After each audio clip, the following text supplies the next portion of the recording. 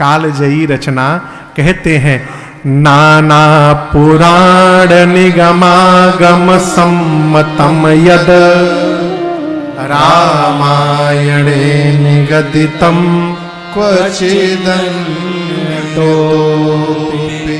स्वान्तः सुखाय तुलसी रघुनाथ गाथा भाषा निबंध मतिमन जुलमातनो। गोस्वामी जी कहते हैं नाना पुराण, 18 पुराण है। कितने? 18। कितने पुराण है बच्चों? 18 पुराण है। 18 समझ में आ रहा है ना? 18 ये भी समस्या है आजकल। हिंदी के गिनती याद ही नहीं किसी को।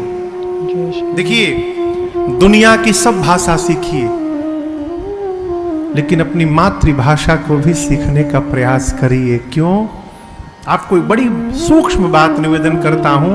यहां बुंदेलखंडी भी लोग हैं, छत्तीसगढ़ी भी हैं, बंगाली भी हैं, उत्तराखंड से भी हैं, बिहार के भी हैं, उत्तर प्रदेश के भी हैं। आदमी दुनिया की सब भाषा जब बोलने लगता है, लेकिन जब रोता है ना, तो वो अपनी मातृभाषा में रोता है। बंगाली जब रोना शुरू करेगा तो वो माय गॉड नहीं बोलेगा, वो मागो मागो बोलेगा। बिहार के रहने वाले जब रोते हैं तो माई रे कहेंगे। क्यों? दुख में अपनी माँ ही याद आती है, हो बाहर की मम्मी याद आने वाली नहीं है। अपनी मातृभाषा विपत्ति में याद आती है। सीखना चाहिए, मनुष्य को बहुत भाषाएं सीखनी चाहिए। आप जितनी भाषाओं की जानकारी रखेंगे उतने अधिक लोगों तक आप पहुंच सकते हैं। लेकिन नए को जानने का अर्थ ये नहीं है कि पुराने को भूल जाना। ये विकास नहीं है माई बाप, ये विनाश है।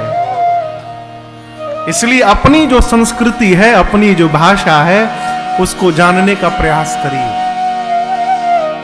हिंदी सीखिए, ककहरा सीखिए, कख गग सीखिए। प्राउड करिए कि हम भारतीय हैं और हम हिंदी बोलते हैं। अकारण अंग्रेजी ना बोलना जाए। ये तो इतनी बड़ी समस्या है, जिसको देखो अंग्रेजी बोले जा रहा बिना मतलब में। अरे जहां आवश्यकता है वहां बोलो भाई। हाँ, घर ही में कहे क्यों? कोई अन्यथा न लीजिएगा। अपनी भाषा का सम्मान यदि हम नहीं करेंगे तो हमसे बड़ा अभागा दूसरा कोई नहीं हो सकता संसार में। जितने विकासशील देश हैं, विकसित देश है, विकासशील नहीं, विकसित। चाइना में जाइए, उनकी अपनी भाषा में पढ़ाई होती है। जापान में जाइए, उनकी अपनी भाषा में पढ़ाई होती है। हम उधार की भाषा रटे जा रहे हैं। क्यों रटे जा रहे हैं कुछ नहीं मालूम। 18 पुराण हैं। कितने पुराण हैं? 18। 4 वेद हैं। कितने वेद हैं? 4। 18 पुराण, 4 वेद, 6 शास्त्र, और इसके बाद जितने रामायण। रामायण कितने? 100 करोड़ से ऊपर।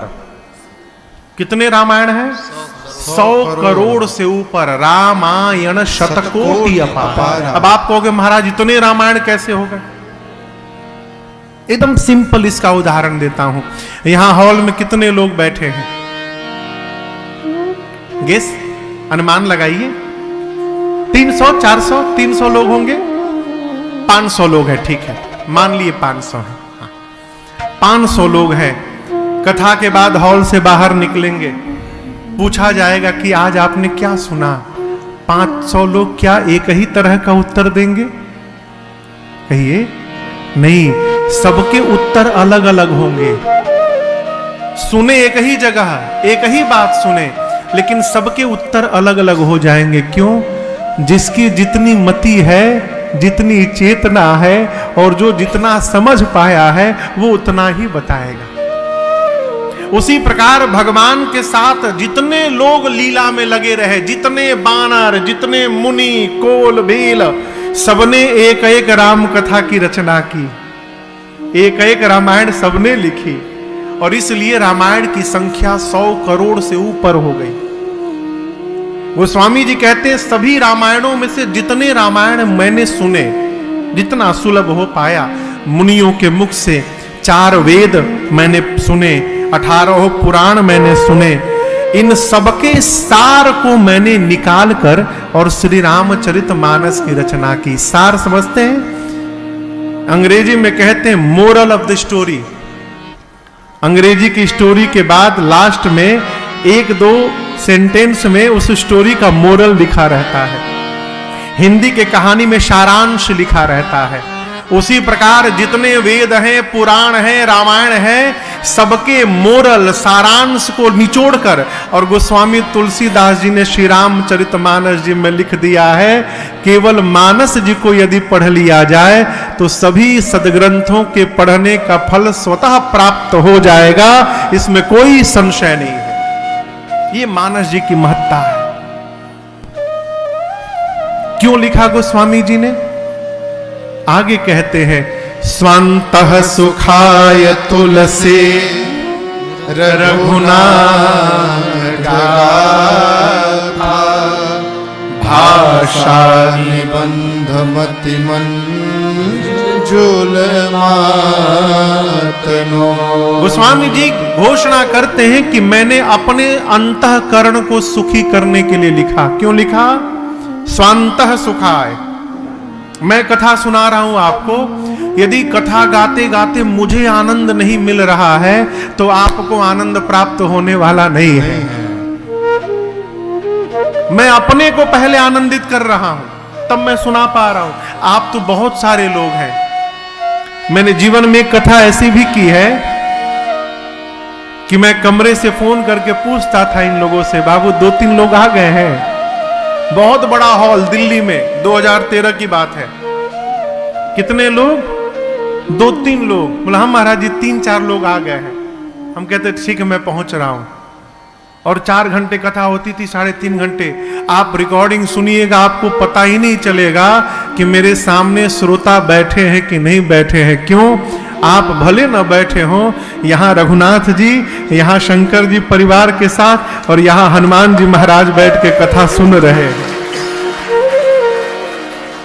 गोस्वामी जी कहते स्वान्तः सुखाय तुलसी रघुनाथ गाथा।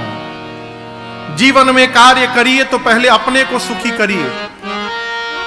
आप जो देखिए, दुखी व्यक्ति समाज को सुख नहीं दे सकता। दुखी व्यक्ति समाज को सुख देने वाला, अपने को सुखी करिए। महाराज जी बहुत पहले कहे थे, राजन पहले अपने को व्यवस्थित कर लेना, फिर घर में कोई सलाह देना। क्यों? जो आदमी स्वयं में स्टेबल नहीं है उसकी बात का परिवार पर कोई असर पड़ने वाला नहीं है। तुम व्यवस्थित हो जाओगे तो तुमसे पूछ पूछ कर घर वाले व्यवहार करेंगे। इसलिए पहले खुद को व्यवस्थित करो, अपने आप को स्टेबल करिए। Make your self stable. अपने आप को व्यवस्थित करिए, अपने आप को प्रसन्न करिए, अपने आप को शांत करिए, अपने आप को आनंदित करिए, अपने आप को खुशी करिए। जब आप आनंद में होंगे तो आपके आनंद से आपका पूरा परिवार आनंद में उतर जाएगा। पहले अपने को आनंद में लाइए। तो स्वामी जी कहते स्वान्तः सुखाय तुलसी रघुनाथ गाथा। मैं अपने अंतःकरण के सुख के लिए कथा गा रहा हूं। ये 7 श्लोक हैं बालकांड के प्रारंभ में। लोग कहते हैं महाराज 7 ही श्लोक क्यों लिखे? कई कई गणना है, 7 कांड हैं, इसलिए लगता है गोस्वामी जी ने 7 श्लोक लिख दिए। 7 श्लोक लिखने के बाद पंच देव उपासना में 5 सोरठे लिखे गोस्वामी जी ने। फिर गुरु चरण वंदना से प्रारंभ किए, ब्राह्मणों की वंदना किए, संत समाज की वंदना किए। गोस्वामी जी ने दुष्टों की भी वंदना की। किसकी वंदना की? दुष्टों की। दुष्टों की भी वंदना की। क्यों? देखिए, आप अपना कार्य करिए, सबको ठीक मत करिए, अपने ठीक रहिए। कई लोग कई लोग कहते हैं महाराज आप बहुत बढ़िया काम कर रहे हैं समाज सुधारने का, नई पीढ़ी कथा से जुड़ने लगी है। मैंने एक जगह कहा भैया क्षमा करिएगा, मैं किसी को सुधारने के लिए कथा नहीं गाता हूं। मैं आपको स्पष्ट कर दूं, मैं किसी को भी सुधारने के लिए कथा नहीं गाता हूं। कहीं मैं न बिगड़ जाऊं इसके लिए कथा गाता रहता हूं। कथा गाता रहूंगा तो तनिक भी तो कथा का प्रभाव जीवन में पड़ेगा हो। कथा सुन के जिसको सुधरना होगा अपने आप सुधर जाएगा। गोस्वामी जी कहते हैं सिय राम मैं सब जग जानी। जो साधु हैं, असाधु हैं, दुष्ट हैं, सज्जन हैं, सबके भीतर गोस्वामी जी को श्री सीताराम जी का दर्शन हो रहा है। इसलिए करऊं प्रणाम जोरी जुग पानी। सबको गोस्वामी जी ने वंदन किया, भगवान के नाम को वंदन किया। किसको? भगवान के नाम को। देखिए हम और आप जहां जी रहे हैं, कहां? कलयुग में 4 युग हैं। कितने युग हैं? नाम याद है आप लोग को? बताओ बताओ बताओ। पहला युग बताओ। नहीं, बच्चों से पूछ रहा हूं, घबराओ मत। सतयुग, दूसरा त्रेता, तीसरा द्वापर और चौथा कलयुग। ठीक, 4 युग में से हम और आप कलयुग में जन्म लिए हैं। लोग कहते कलयुग बहुत खराब युग है। क्यों खराब है भाई? क्यों खराब है? अच्छा, सतयुग बहुत अच्छा था, उससे हमारा आपका क्या फायदा है? क्या हम लोग सतयुग में पहुंच जाएंगे? दूसरे की कोठी यदि 10 करोड़ की हो, उससे हमको क्या प्रॉफिट है, क्या लाभ है? उसकी कोठी तो उसके काम आएगी ना। हमारे लिए तो झोपड़ी ही कोठी के बराबर है हो। जो हमको रात्रि में विश्राम करने का स्थान प्रदान करती है, वो घर सबसे अच्छा है। और क्षमा करिएगा, माता जी लोगों को पूरी दुनिया घुमा दीजिए, 5 स्टार में नहीं 7 स्टार होटल में रख दीजिए, घुमाइए, वर्ल्ड टूर कराइए। जब 1 महीना घूमने के बाद घर में पहुंचती हैं माता जी लोग, अब बिस्तर पे जाती हैं, कहती हैं अब जाके सुकून मिला। अरे 7 स्टार होटल में सुकून नहीं मिला, कहां कहां घुमा दिए, सुकून नहीं मिला, सही में नहीं मिला। क्यों? जो अपना होता है ना, वही सुकून भी दे सकता है, उधार से सुकून प्राप्त होने वाला नहीं है। यही तो समझना है, यही समझना है माई बाप की सुकून यदि चाहते हैं तो जो अपना है वही सुकून देगा। उधार वाला और भाड़े वाला सुकून देने वाला नहीं है। अपना जो है, हमको आपको कलयुग प्राप्त हुआ है। और मैं कहता हूं कल जुग समजुग आन नहीं। गोस्वामी जी बोले कब? जो नर कर विश्वास। मनुष्य यदि विश्वास कर ले विकास बाबू, तो कलयुग जैसा दूसरा कोई युग नहीं है। क्या लाभ है महाराज इस युग में? केवल और केवल गाय राम गुण गण विमला भवतर बिनहि प्रयास। इतनी अद्भुत महिमा है माई बाप कलयुग की। इस कलिकाल में देखिए, पहला युग सतयुग। सतयुग में भगवान का दर्शन यदि करना हो तो मनुष्य को हजारों हजार वर्ष तपस्या करना पड़ता था। कितना? हजारों वर्ष। सतयुग के बाद त्रेता आया तो थोड़ा और इजी किया गया, सरल। त्रेता में भगवान का दर्शन करना हो, यज्ञ करिए, निष्ठा पूर्वक विधान पूर्वक यज्ञ करिए, भगवान मिल जाएंगे। दशरथ जी को यज्ञ से ही तो भगवान मिले हैं। त्रेता के बाद द्वापर हुआ और हल्का किया गया। द्वापर में यज्ञ से भी नहीं, तपस्या से भी नहीं, पूजा करके भगवान को प्राप्त कर लीजिए। ठीक ना? जब कलयुग आया तो कलयुग का जीव और आलसी हो गया।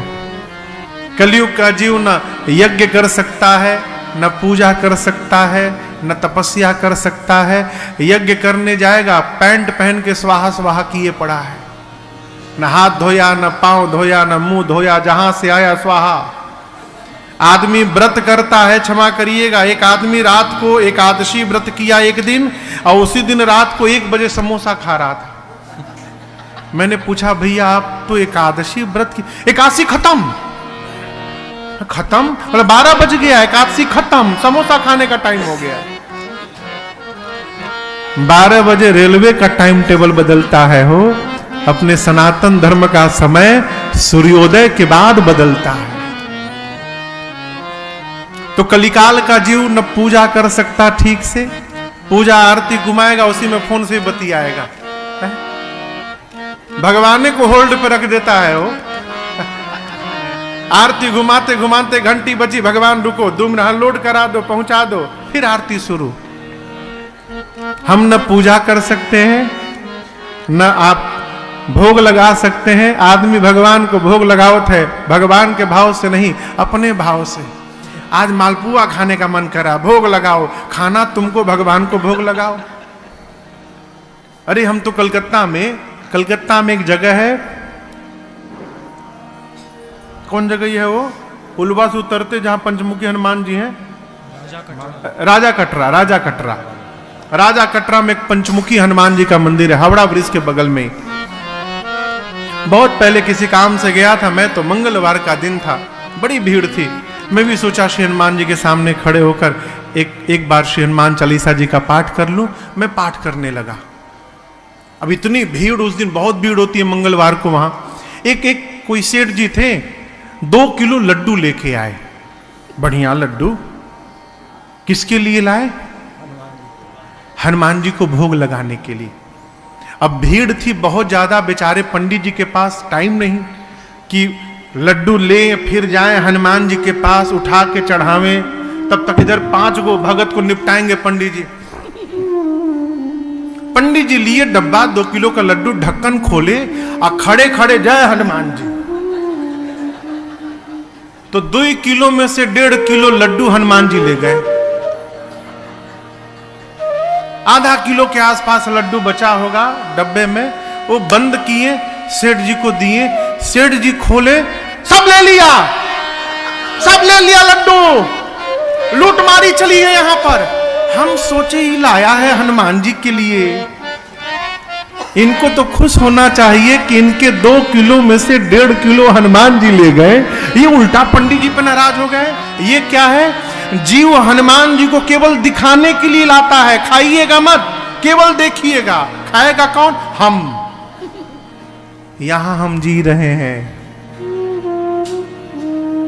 आपके जीवन का कोई भाग, कोई धन, कोई सामग्री, कोई वस्तु यदि परमार्थ में लग रहा है तो अपने को धरती का सौभाग्यशाली समझिए। भगवान ने आपका चयन किया है, आप बड़भागी हैं।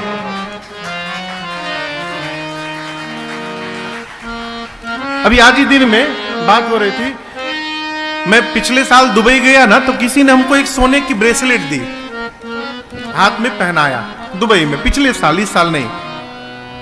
वहां से हम आए तो उसके बाद हम लोग पशुपतिनाथ कथा करने गए। पशुपतिनाथ कथा के बाद हमारे गांव में एक यज्ञ था अभी दिसंबर के महीने में, पिताजी के पुण्य स्मृति में हमारे।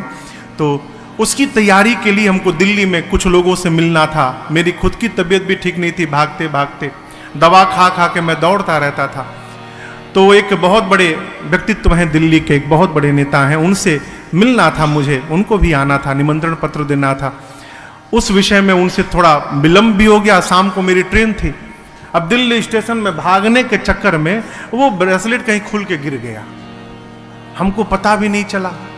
3-4 दिन बाद मुझे पता चला, मैं कहाँ गया, तो फिर सोचने लगा कहाँ तक था, तो पता चला कि लगता, फिर फोटो देखा तो पता चला कि दिल्ली कहीं गिर गया। कल आज सुबह ये पूछे कि भैया वो कहाँ गया, तो मैंने कहा कि मेरे से अधिक जहां आवश्यकता थी वहां चला गया। अब ये रोने का विषय नहीं है, ये आनंदित होने का विषय है कि हमारे पास तो है ही, यदि वहां हमारे से गिरा है तो हमारे से अधिक आवश्यकता कहीं उसकी होगी, भगवान ने उसको वहां भिजवा दिया है। आनंद में रहिए, क्यों रोना, क्यों रोना हो? आपका कोई भाग परमार्थ में लग रहा है, सत्कर्म में लग रहा है, अपने को बड़भागी समझिए। कलयुग में जीव न भजन कर सकता है ठीक से, न पूजन न यजन कर सकता है, तो कलयुग के जीव का उद्धार कैसे होगा? तो कलयुग केवल हरि गुण गावत नर पावहि भव था। देखिए, इस समुद्र का थाह लगाना संभव नहीं है, लेकिन भाव सागर का थाह लग जाएगा। कैसे? केवल भगवान के नाम से। और थाह ही नहीं लगेगा, थाह लगने के बाद नाम लेता भव सिंधु सुखाई। कितनी अच्छी बात। आप दर्शन करिए, ये जो रामेश्वरम भगवान के आगे समुद्र देवता है, इस समुद्र की गहराई का पता लगाना सरल नहीं है, वो सरल ना समझिएगा। कई ऐसे ऐसे स्थान हैं जहां आज तक गहराई का पता नहीं चल पाया है, लेकिन ये जो भाव सागर है हम और आप जी रहे हैं, इसकी गहराई का पता चलेगा कैसे? गावत नर पावहि भव था। केवल भगवान का नाम गाइए, संसार की गहराई का पता चल जाएगा। कैसे पता चल जाएगा? कौन साथ जाएगा, कौन छूटेगा, सब पता चल जाएगा। आपको एक बात बतावें, सामान्यतः जब घर में बच्चे बहुत पूजा करने लगते हैं, भगवान का नाम लेने लगते हैं, तो माता पिता चिंतित हो जाते हैं, डॉक्टर को दिखाते हैं, डॉक्टर साहब देखिए दिमाग में ठीक है नहीं, इसका पूजा बहुत करता है, चोर बन जाए कोई दिक्कत नहीं, घोटाला करे पढ़ लिख कर प्राउड फीलिंग होता है, कोई दिक्कत नहीं। आदमी तो इतने आनंद से बताता है, महाराज सरकारी नौकरी है, उपरवार बहुत कमाई है। हाँ, उपरवार समझते हैं? उपरवार कमाई, घूस, कमीशन, रिश्वत, तनख्वाह के बाद ऊपर वाली इनकम बहुत है। आदमी ऐसे बतावत है जैसे मानो भारत रत्न मिलेगा अब इनको। हाँ? उसमें कोई आपत्ति नहीं है, पूजा करे, तिलक लगावे। हमारी बेटी आई है संगीत तहसील गुवाहाटी से, देखिए पीछे बैठी है, वो हमेशा उसी रूप में रहती है, बिना तिलक लगाए घर से बाहर नहीं निकलती। हमको एक दिन बोली फोन करके, गुरुजी कॉलेज में हमको लोग बहुत बोलते हैं तिलक क्यों लगाती हो। हमने कहा बेटी उनका काम है बोलते रहना, अपना काम है लगाते रहना। उनको उनका काम करने दो, अपने को अपना काम करते रहना। कहने दो, कहने वालों का तो काम ही है कहना, कुछ तो लोगों का काम है कहना है। अपनी यात्रा में रहिए। भगवान का नाम कलिकाल में पाथेय है। राम कहने से तू तर जाएगा,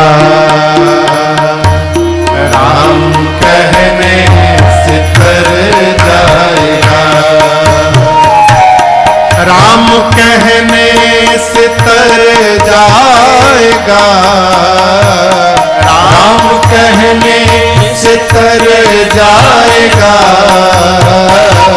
पार भव से उतर जाएगा, पार भव से उतर जाएगा, राम कहने से तर जाएगा, राम कहने से तर जाएगा।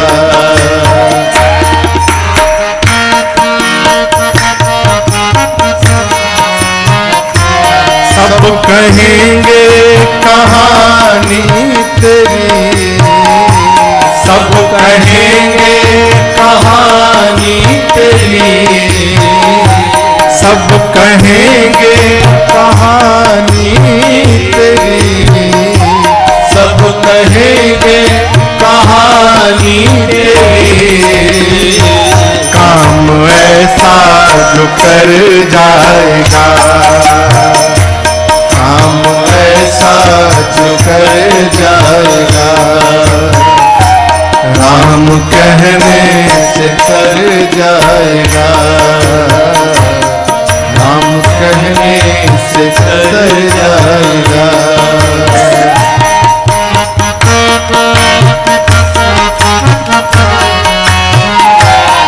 बड़ी मुश्किल से नर तन मिला,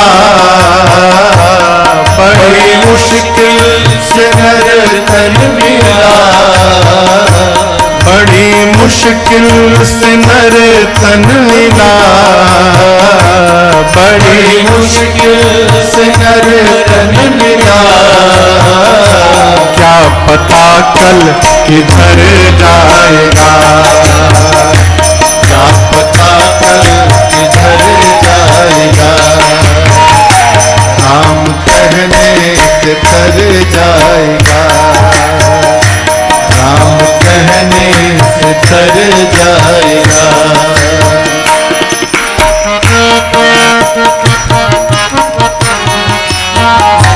इनके आगे तू झोली फैला, इनके आगे तू झोली फैला, प्रभु के आगे तू झोली फैला, प्रभु के आगे तू झोली फैला। दाता झोली तो भर जाएगा, दाता झोली तो भर जाएगा, राम कहने से तर जाएगा, राम कहने से तर जाएगा।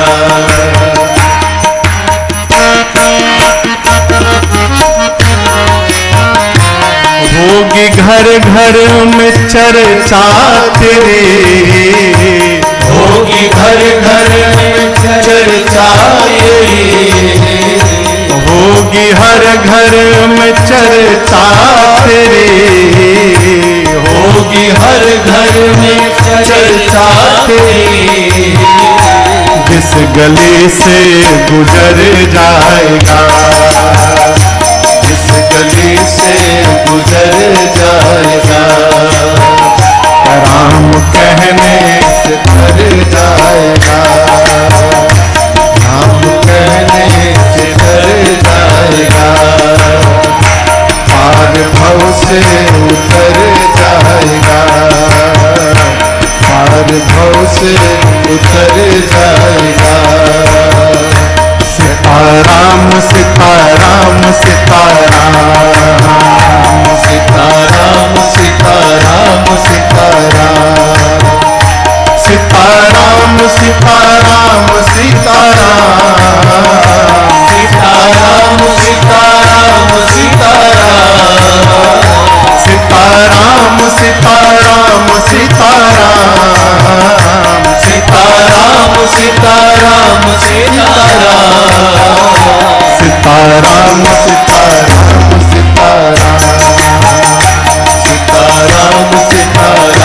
सीताराम, सीताराम सीताराम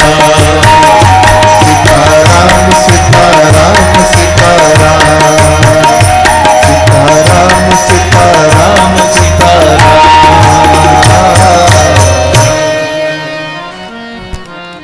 राम कहने से तर जाएगा, होगी घर घर में चर्चा तेरी, होगी हर घर में चर्चा तेरी। कब? जिस गली से गुजर जाएगा। भगवत नाम जीव को अमरत्व प्रदान करता है। अमर जानते हैं कौन है? स्वामी विवेकानंद से उनके एक शिष्य ने पूछा कि गुरुजी, हम 1000 वर्ष तक जीवित रहना चाहते हैं। कितने दिन तक? 1000 वर्ष। क्या करें कि हम 1000 वर्ष तक जीवित रह जाएं? तो स्वामी विवेकानंद जी ने कहा शिष्य से कि यदि तुम 1000 वर्ष तक जीवित रहना चाहते हो तो इसके लिए आवश्यक नहीं है कि तुम्हारी आयु 1000 वर्ष की हो जाए, तुम्हारी उम्र 1000 वर्ष की हो जाए।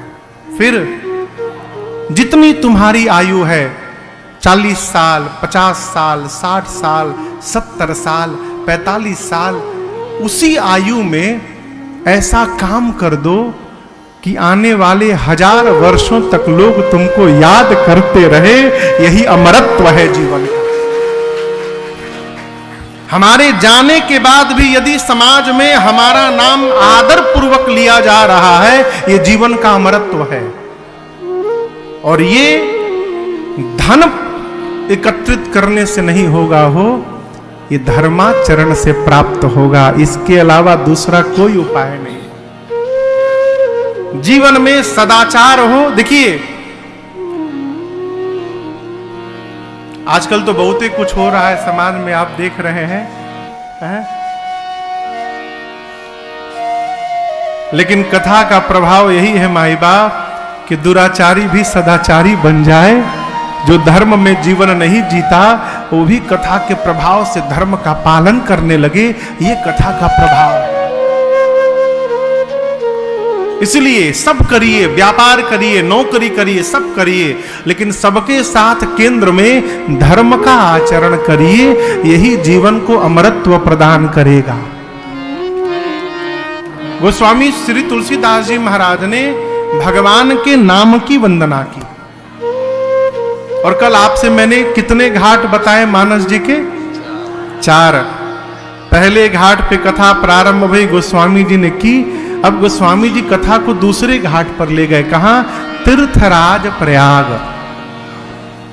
तीर्थराज प्रयाग में एक महात्मा है भरद्वाज जी, तपस्वी हैं, दया के भंडार हैं, राम जी के भक्त हैं।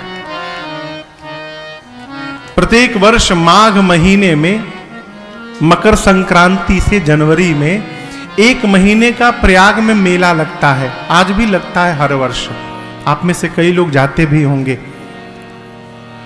उस समय पूरे देश के ऋषि मुनि आकर प्रयाग में 1 महीना रहते हैं, स्नान करते हैं, संगम में सत्संग करते हैं, भजन करते हैं।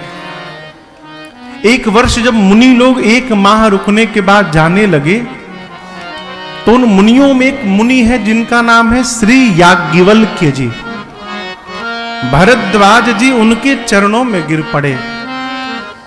जाग बलि मुनि परम विवेकी,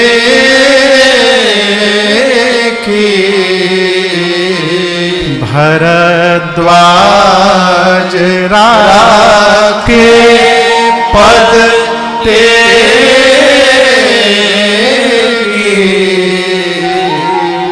श्री भरद्वाज जी ने सभी मुनियों को विदा किया, परंतु जब श्री याज्ञवल्क्य जी विदा मांगने आए तो श्री भरद्वाज जी उनके चरणों में गिर पड़े।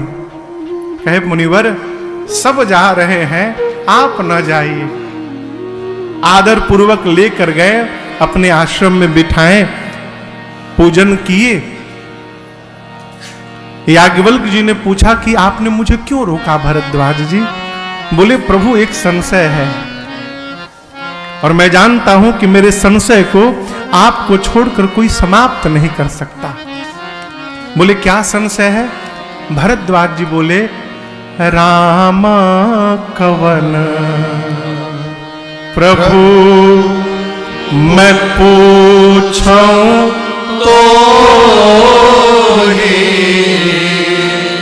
ये राम कवन प्रभु। आप दर्शन करिए। देखिए, एक निवेदन करूं, जो वाक्य जितनी सीधी होगी ना उसका प्रभाव उतनी दूर तक होगा। जो वाक्य जितनी सीधी होगी उसकी पहुंच उतनी दूर तक होगी। दूसरी बात, जो वाक्य जहां से निकलती है वहीं तक पहुंचती भी है। कई लोग दिमाग से बोलते हैं, वो सामने वाले के दिमाग तक जाती है। कई लोग होठ से बोलते हैं, वो होठ तक ही रहती है। कई लोग हृदय से बोलते हैं तो हृदय तक पहुंच जाती है। यहां भरद्वाज जी कितना सीधा प्रश्न किए, प्रभु ये राम कवन, क्या पूछा? राम जी कौन है? आप में से ऐसा कोई है जिसको ये न पता हो कि राम जी कौन है? सबको पता है, लेकिन भरद्वाज जी इतने बड़े महात्मा हो के प्रश्न करते हैं कि राम कवन प्रभु मैं पूछूं तो ही कहिया बुझाई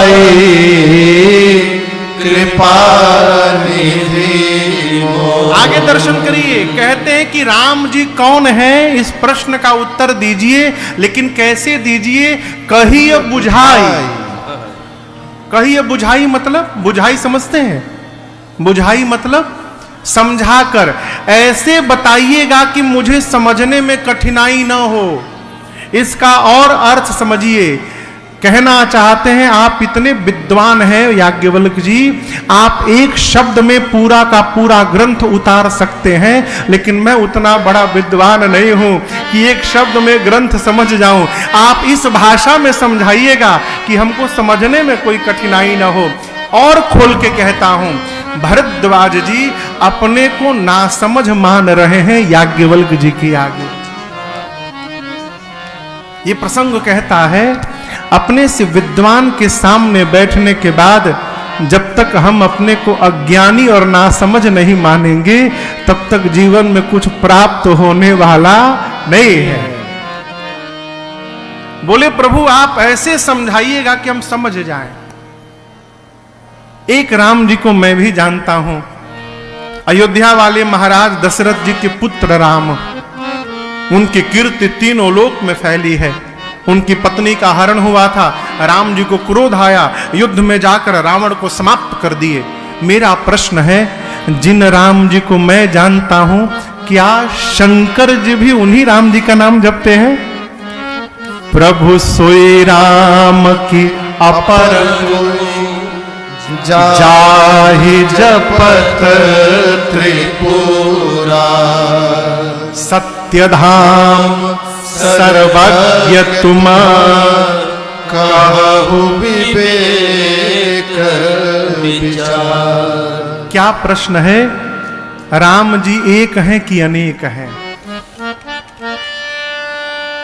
गुवाहाटी में कथा गा रहा था जब, तो वहां आयोजक के एक रिश्तेदार आए, जो कथा करा रहे थे उनके एक रिश्तेदार आए, ज्ञानी थे वो। आयोजक जो भैया थे हमको पहले बता दिए थे कि महाराज जी बहुत बोलते हैं, तो जब बहुत बोलने वाला मिल जाए तो हम एकदम चुप्पी साध लेते हैं। भाई दो आदमी कैसे बोलेगा, एक ही आदमी बोलेगा। आए बैठे कमरे में, हमने आदर सत्कार किया। बोले महाराज आप कौन से राम की कथा सुनाते हैं? पहला प्रश्न। हमने कौन से राम का मतलब? बोले हाँ किस राम की कथा सुनाते? हमने कहा 4-5 गो राम जी हैं का? बोले हाँ है ना, एक राम ये, एक राम वो, एक राम ये, एक राम वो, लगे 5-6 राम गिना दिए। हमने कहा कि चाय पी लिए आप ना, पीछे वाला गेट खुला है अभी, जल्दी निकल लीजिए। बोले क्यों? हमने कहा अपने दिमाग का कचरा हमारे दिमाग में न डालिए, कि हमारा दिमाग डस्टबिन नहीं है कि जो आए कचरा डाल के चला जाए। आप जानो 5 राम के बारे में, हमारे जन्म के लिए तो एक ही राम जी पर्याप्त है जिनकी हम कथा गाते हैं। क्यों सुनना हो, क्यों जानना? कई लोग इसी में परेशान है, कौन राम जी? कोई राम जी नहीं, एक ही राम है। एक ही राम जिनका जगत पसारा है, एक ही राम है जो घट घट में वासी है, और वही राम दशरथ जी के संतान पुत्र राम बने। एक ही राम सर्वत्र है। देखिए, अपने दिमाग में जब भेद होता है ना, तो हमको भगवान में भेद दिखाई पड़ता है। आंख हम लोग बचपन में छोटे थे तो रात को चंदा मामा को ऐसे देखते थे। क्या होता था? अभी आप बल्ब को एक आंख से दबा के देखिए, दिखाई पड़ेगा दो। हम लोग छोटे थे तो आंख से ऐसे दबा के देखते थे तो दो दो चंदा जी दिखाई देने लगते थे। तो क्या आंख में उंगली दबाने से दो चंद्रमा दिखाई देने लगे तो क्या चंद्रमा दो हो गए? क्या हो? यदि चंद्रमा दो दिख रहे हैं तो ये चंद्रमा में दोष नहीं है, हमारी नेत्र में दोष है। हमारे दोष के कारण हमको दो चंद्रमा दिखाई दे रहे हैं। उसी प्रकार हमारे में भेद हो तो हमको दो राम दिखाई पड़ते हैं।